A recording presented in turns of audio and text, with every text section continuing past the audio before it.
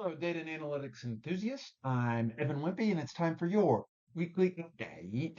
Today's Friday, September 6th, 2024. Had to stare down at the date for just a few moments because it has been a few weeks since you've had a weekly update. They ought to call them sporadic updates. Just thought of that one. But look, got a good excuse. I was on a cruise, and then I was hungover from the cruise, which, as you age, that actually takes longer than the cruise itself. But don't worry, nothing has been happening in data and AI until this week. So now I'm back to get you up to speed on what's been going on. Data and analytics, you're in the right place. First up, NVIDIA had a rough day a few weeks ago, last Tuesday. They lost $279 billion in market cap in a single day. Share price plummeted about 10%. This is the single worst day for a single stock in stock market history as far as total market capitalization lost.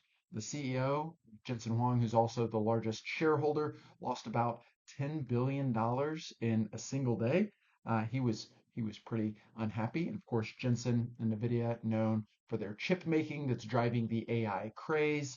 Jensen's very well versed in the hardware behind AI and statistical modeling, maybe less well versed in the statistical application of his tools.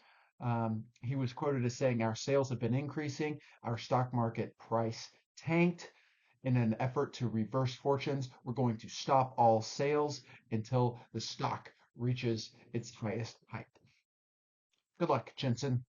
We're all rooting for you. All right. Talk about losing money. Let's switch to gaining money. Ilya Sutskever, who is the founder of Safe Superintelligence, an AI lab, has raised $1 billion and is now valued at $5 billion, which is pretty impressive since they're only a few months old. We reported on their opening back a few weekly updates ago. There's 10 employees there right now. And of important note, Ilya Sutskever, you might have heard of him because I'm reporting on him right now, and because he started this highly valued AI lab. But he was also the chief scientist at OpenAI before he left to start this lab. This lab, of course, very much focused on transparency and observability in AI and machine learning systems. So most of this round of funding that they've had was for assembling a team. They're trying to get the best and the brightest. This was a little bit scary for OpenAI, who of course already lost their chief scientist to Safe Superintelligence. Fear not, OpenAI. Ilya has announced that they will emphasize good character and extraordinary abilities for experience and credentials. So they won't be taking any of your talent, OpenAI. You're safe.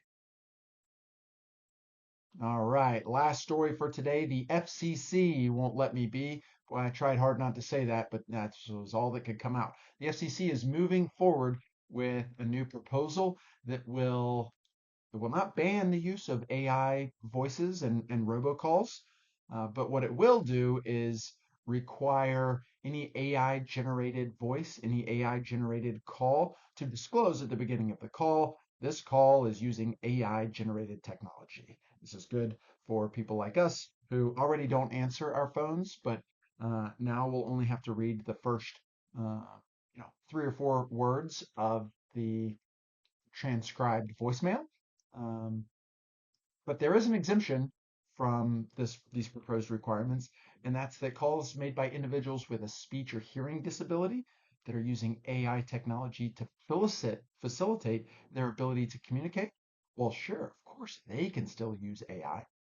So telemarketers and the HR departments of telemarketers are scrambling to update all job descriptions and laughing as the key requirement required a speech or hearing disability.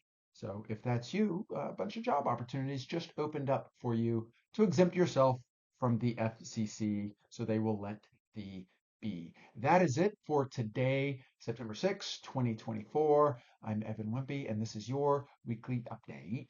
See you next week, or sporadically, if I don't get replaced by AI.